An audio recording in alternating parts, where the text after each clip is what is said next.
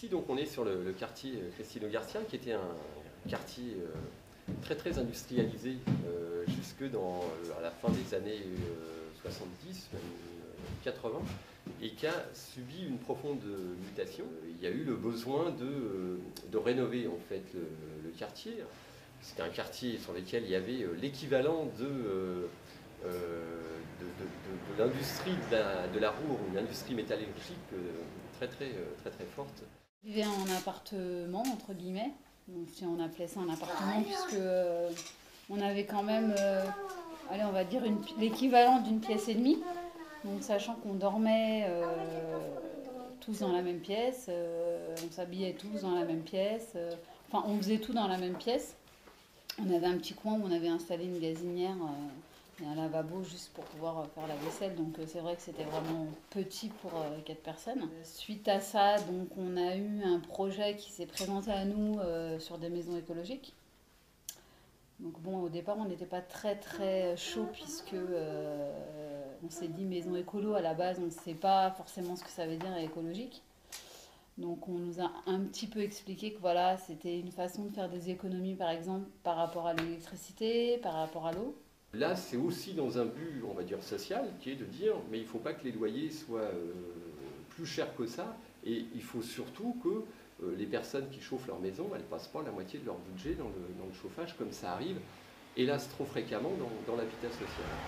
Donc la construction écologique, elle va d'abord faire attention à ça, c'est-à-dire une bonne isolation, par exemple, une récupération d'eau, c'est ce que l'on va trouver dans ces maisons, puisqu'on récupère l'eau de pluie et que l'on s'en sert pour les WC.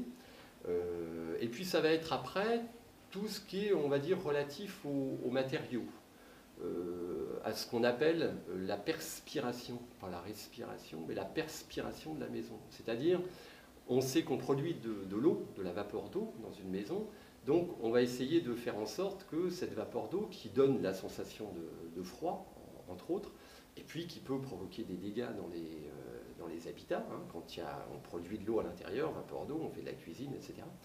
Donc là, on va faire en sorte que cette eau puisse, on va dire, transiter vers l'extérieur. Voilà, l'avantage qu'il y a au niveau de l'écolo, c'est, je vous dis, par exemple, par rapport au télékiwi, le poêle à chauffer, c'est que c'est alimenté par du bois.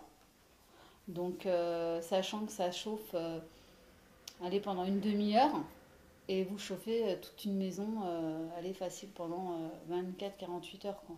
Il y a eu effectivement un travail sur au moins 2 des parois de la brique de terre crue. Donc là, c'est pareil, ça paraît original, mais en fait, c'est des constructions assez traditionnelles. C'est vrai qu'en France, traditionnellement, on pouvait construire en terre. C'est un matériau premier qui ne coûte pas cher. Donc là, c'est de l'argile, c'est de la terre argileuse qui a amené, en fait, c'est pareil, SPL. Et l'avantage, c'est que ça provoque une grande inertie, c'est-à-dire que ça va pouvoir stocker, en fait, la chaleur et la restituer.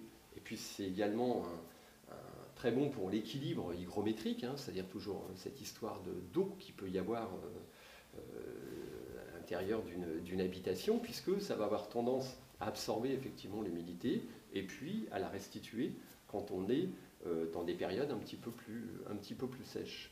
Enfin, il n'y a pas d'humidité, il n'y a pas de problème d'insalubrité. Enfin, moi, mes enfants perso, ça leur a changé la vie. Et puis, on vit bien, on est heureux, on est content, on a de la place. Voilà.